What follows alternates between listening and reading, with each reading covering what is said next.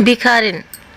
अंधी प्रतिदिन मंदिर के दरवाजे पर जाकर खड़ी होती।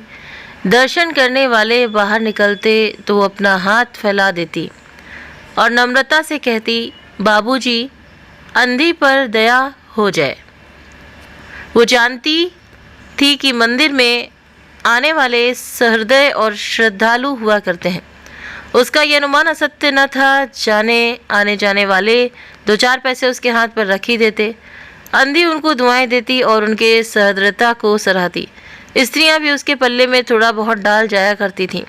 सुबह से शाम तक वो इसी प्रकार हाथ फैलाए खड़ी रहती। इसके पश्चात मन ही मन भगवान को प्रणाम करती और अपनी लाठी के सहारे झोपड़ी का पथ ग्रहण करती। उसकी झोपड़ी नगर से बाहर थी। रास्ते में भी याचना करती जाती, किंतु राहगीरों में अधिक संख्या श्वेत वस्त्रों वालों की होती, जो पैसे देने की अपेक्षा झिड़कियाँ दिया करते हैं। तब भी अंधी निराश न होती और उसकी याचना बराबर जारी रहती। झोपड़ी तक पहुँचते पहुँचते उसे दो चार पैसे और मिल जाते। झोपड़ी के समीप पहुँचते ही एक 10 वर्ष का लड़का उछलता कूदता आता और उससे चिपट जाता। अंधी टटोल कर उसके मस्तक को चूमती। बच्चा कौन है, किसका है, कहाँ से आया, इस बात से कोई परिचय नहीं था। 5 वर्ष हुए पास पड़ोस वालों ने उसे अकेला देखा था। इन्हीं दिनों एक दिन संध्या समय लोगों ने उसकी गोद में एक बच्चा देखा। वो रो रहा था। अंधी उसका मुख चूम चूम कर उसे चुप कराने का प्रयत्न कर रही थी। वो कोई असाधारण घटना न थी, अतः किसी ने भी ना पूछा कि बच्चा किसका है। उसी दिन से ये बच्चा अंधी के पास था और प्रसन्न था। उसको वो अपने से अच्छा खिलाती और पहनाती। अंधी ने अपनी झोपड़ी में एक खांडी गाड़ रखी थी। संध्या समय जो कुछ मांग कर लाती उसमें डाल देती और उसे किसी वस्तु से ढांप देती, इसलिए कि दूसरे व्यक्ति की दृष्टि उस पर न पड़े। खाने के लिए अन्न काफ़ी मिल जाता था। उससे काम चलाती। पहले बच्चे को पेट भरकर खाना खिलाती, फिर स्वयं खाती। रात को बच्चे को अपने वक्ष से लगाकर वहीं पड़ी रहती। प्रातःकाल होते ही उसको खिला पिलाकर फिर मंदिर के द्वार पर जा खड़ी होती। काशी में सेठ बनारसी दास बहुत प्रसिद्ध व्यक्ति हैं। बच्चा बच्चा उनकी कोठी से परिचित है। बहुत बड़े देशभक्त और धर्मात्मा हैं। धर्म में उनकी बड़ी रुचि है। दिन के 12 बजे तक सेठ स्नान ध्यान में संलग्न रहते। कोठी पर हर समय भीड़ लगी रहती। कर्ज के इच्छुक तो आते ही थे, परंतु ऐसे व्यक्तियों का भी तांता बंधा रहता जो अपनी पूंजी सेठ जी के पास धरोहर के रूप में रखने आते थे। सैकड़ों भिखारी अपनी जमा पूंजी सेठ जी के पास जमा कर जाते। अंधी को भी ये बात ज्ञात थी, किंतु पता नहीं अब तक वो अपनी कमाई यहाँ जमा कराने में क्यों हिचकिचाती रही। उसके पास काफ़ी रुपए हो गए थे। हांडी लगभग पूरी भर गई थी। उसको शंका थी कि कोई चुरा न ले। एक दिन संध्या समय अंधी ने वो हांडी उखाड़ी और अपने फटे हुए आंचल में छिपाकर सेठ जी की कोठी पर पहुंची। सेठ जी बही खाते के पृष्ठ उलट रहे थे। उन्होंने पूछा, क्या है बुढ़िया? अंधी ने हांडी उनके आगे सरका दी और डरते डरते कहा, सेठ जी, इसे अपने पास जमा कर लो। मैं अंधी अपाहिज कहाँ रखती फिरूंगी। सेठ जी ने हांडी की ओर देखकर कहा, इसमें क्या है? अंधी ने उत्तर दिया, भीख मांग मांग कर अपने बच्चे के लिए 2-4 पैसे संग्रह किए हैं। अपने पास रखते डरती हूँ, कृपया इन्हें आप अपनी कोठी में रख लें। सेठ जी ने मुनीम की ओर संकेत करते हुए कहा, बही में जमा कर लो। फिर बुढ़िया से पूछा, तेरा नाम क्या है? तो अंधी ने अपना नाम बताया। मुनीम जी ने नकदी गिनकर उसके नाम से जमा कर ली और वो सेठ जी को आशीर्वाद देती हुई अपनी झोपड़ी की राह चली गई। 2 वर्ष बहुत सुख के साथ बीते। इसके पश्चात एक दिन लड़के को ज्वर ने आ दबाया। अंधी ने दवा दारू की झाड़ फूक से भी काम लिया। टोने टोटके की परीक्षा की, परंतु संपूर्ण प्रयत्न व्यर्थ सिद्ध हुए। लड़के की दशा दिन प्रतिदिन बुरी होती गई।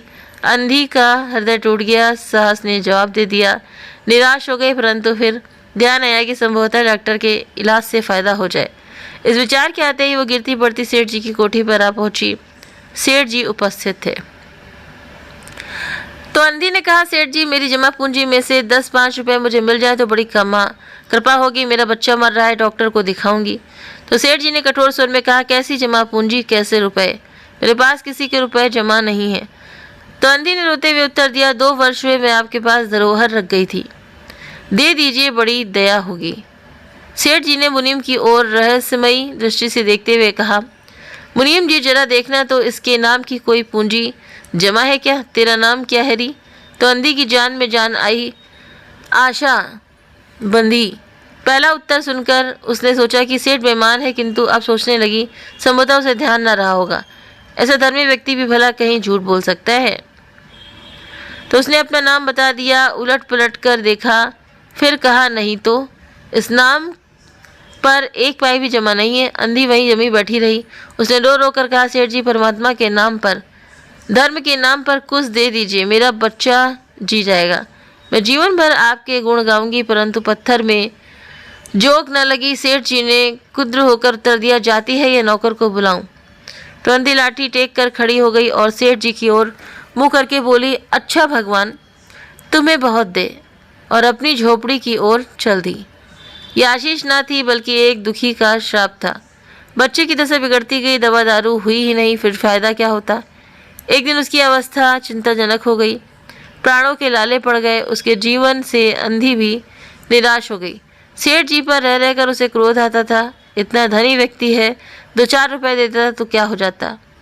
और फिर मैं उससे कुछ दान नहीं मांग रही थी, अपने ही रुपये मांगने गई थी। सेठ जी से घृणा हो गई। बैठे बैठे उसको कुछ ध्यान आया। उसने बच्चे को अपनी गोद में उठा लिया और ठोकरें खाती गिरती पड़ती सेठ जी के पास पहुंची और उनके द्वार पर धरना देकर बैठ गई।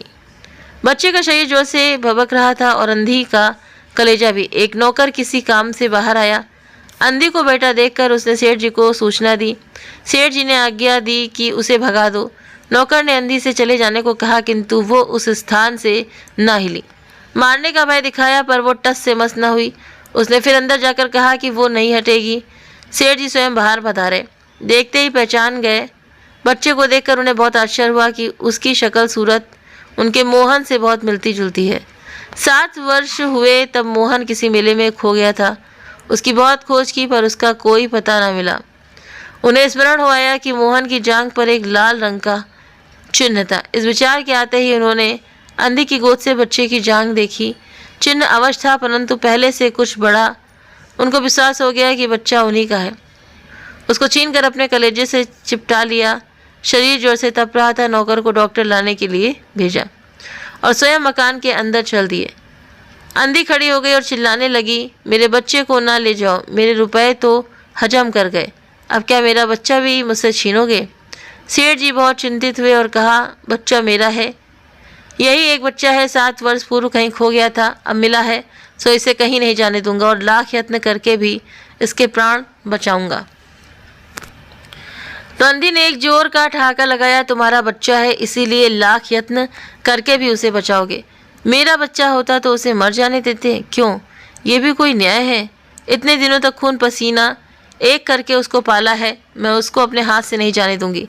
सेठ जी की अजीब दशा थी, कुछ करते धरते बन नहीं पड़ता था। कुछ देर वहीं मौन खड़े रहे, फिर मकान के अंदर चले गए। अंधी कुछ समय तक खड़ी रोती रही, फिर वो भी अपनी झोपड़ी की ओर चल दी। दूसरे दिन प्रातःकाल प्रभु की कृपा हुई, यह दवा ने जादू का सब प्रभाव किया। मोहन का ज्वर उतर गया। होश आने पर उसने आँख खोली तो सर्वप्रथम उसकी जुबान से निकला माँ। चहु और अपरिचित शक्लें देखकर उसने अपने नेत्र फिर बंद कर लिए। उस समय से उसका ज्वर फिर अधिक होना आरंभ हो गया। माँ माँ की रट लगी हुई थी। डॉक्टरों ने जवाब दे दिया। सेठ जी के हाथ पांव फूल गए। चहु और अंधेरा दिखाई पड़ने लगा। क्या करूँ, एक ही बच्चा है, इतने दिनों बाद मिला भी तो मृत्यु अपने चंगुल में दबा रही है, इसे कैसे बचाऊं? सहसा उनको अंधी का ध्यान आया। पत्नी को बाहर भेजा कि देखो कहीं वो अब तक द्वार पर ना बैठी हो, परंतु वो वहाँ कहाँ। सेठ जी ने फिटन तैयार कराई और बस्ती से बाहर उसकी झोपड़ी पर पहुंचे। झोपड़ी बिना द्वार के थी। अंदर गए, देखा अंधी एक फटे पुराने टाट पर पड़ी है और उसके नेत्रों से अश्रुधार बह रही है। सेठ जी ने धीरे से उसको हिलाया। उसका शरीर भी अग्नि की भांति तप रहा था। तो सेठ जी ने कहा, बुढ़िया तेरा बच्चा मर रहा है, डॉक्टर निराश हो रहकर वो तुझे पुकारता है, अब तू ही उसके प्राण बचा सकती है, चल और मेरे नहीं अपने बच्चे की जान बचा ले। अंधी ने उत्तर दिया, मरता है तो मरने दो, मैं भी मर रही हूँ, हम दोनों स्वर्ग लोक में फिर माँ बेटे की तरह मिल जाएंगे। इस लोक में सुख नहीं है, वहाँ मेरा बच्चा सुख में रहेगा, मैं वहाँ उसकी सुचारू रूप से सेवा करूँगी। सेठ जी रो दिए। आज तक उन्होंने किसी के सामने सिर न झुकाया था, किंतु इस समय अंधी के पांवों पर गिर पड़े और रो रो कर कहा, ममता की लाज रख लो, आखिर तुम भी उसकी माँ हो, चलो तुम्हारे जाने से वो बच जाएगा। ममता शब्द ने अंधी को विकल कर दिया। उसने तुरंत कहा, अच्छा चलो। तो सेठ जी सहारा देकर उसे बाहर लाए और फिटन पर विदा किया। फुटन घर की ओर दौड़ने लगी। उस समय सेठ जी और अंधी भिखारिन दोनों की एक दशा थी। दोनों की यही इच्छा थी कि शीघ्र से शीघ्र अपने बच्चे के पास पहुंच जाए। कोठी आ गई। सेठ जी ने सहारा देकर अंधी को उतारा और अंदर ले गए। भीतर जाकर अंधी ने मोहन के माथे पर हाथ फेरा और मोहन पहचान गया कि ये उसकी माँ कहाँ थे। उसने तुरंत नेत्र खोल दिए और उसे अपने समीप खड़े हुए देख कर कहा, माँ तुम आ गई? तो अंधी ने स्नेह से भरे स्वर में उत्तर दिया, हाँ बेटा, तुम्हें छोड़कर कहाँ जा सकती हूँ। तो अंधी भिखारिन मोहन के सिरहाने बैठ गई और उसने मोहन का सिर अपने गोद में रख लिया। उसको बहुत सुख अनुभव हुआ और वो उसकी गोद में तुरंत सो गया।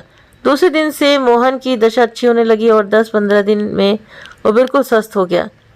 जो काम हकीमों के जुशानदे वैद्यों की पुड़िया और डॉक्टरों के मिक्सचर न कर सके, वो अंधी की स्नेहमयी सेवा ने पूरा कर दिया। मोहन के पूरी तरह स्वस्थ हो जाने पर अंधी ने विदा मांगी। सेठ जी मैं बहुत कुछ कहा सुना कि वो उन्हीं के पास रह जाए, परंतु वो सहमत न हुई। विवश होकर विदा करना पड़ा।